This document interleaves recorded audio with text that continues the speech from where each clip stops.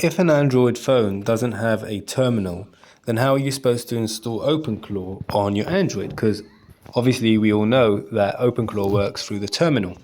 So there's an app called Termux. When you open it up, you literally get a terminal for Android. Now, if you wanted to install openclaw on your Android, you would have to do the commands in here. But obviously that's pretty complicated because even if you succeeded and found the commands, sometimes it has dependencies that are not available. That's why Claw Launcher created an app that literally guides you through the installation of installing openclaw onto your phone so you don't have to buy a Mac Mini. So let's go back to the beginning. You need to download all of these apps, copy these commands to clipboard and paste them into Termux.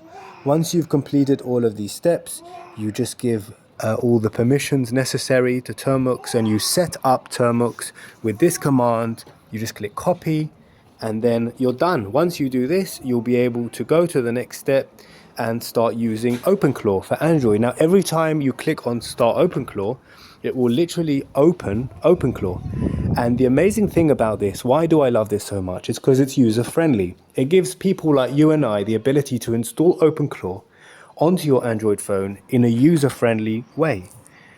It's more than that, really, I'll tell you. Basically, if anything goes wrong, you have a toolkit. Have a look at this toolkit here. You have a skill store, a skills manager, and then you have backup and restore points. Now, I love this one. This is going to save you.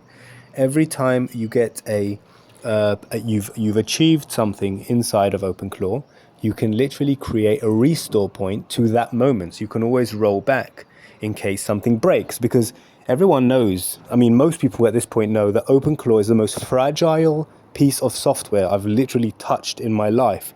And even it's worse than Windows, to be honest. I mean, you know how apps break sometimes. openclaw is literally like a piece of glass falling from a 7-story building, and that's how often it breaks. That's why I think you need backup restore points for your openclaw.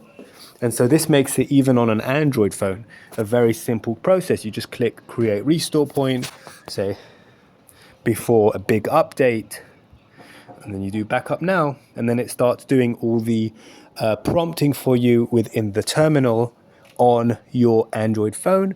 And once it's finished, you have a new restore point which you can either delete or roll back to any time, which is fantastic for non-technical and technical users. And I don't understand technical users. Why are you guys willing to spend so long on the terminal when you're trying to automate your life? I just don't get it. I thought openclaw was supposed to make your life simple, quick, and do work for you. So why are you spending half your day trying to fix openclaw? Do you enjoy that? I personally don't enjoy fixing openclaw. That's why we built this app.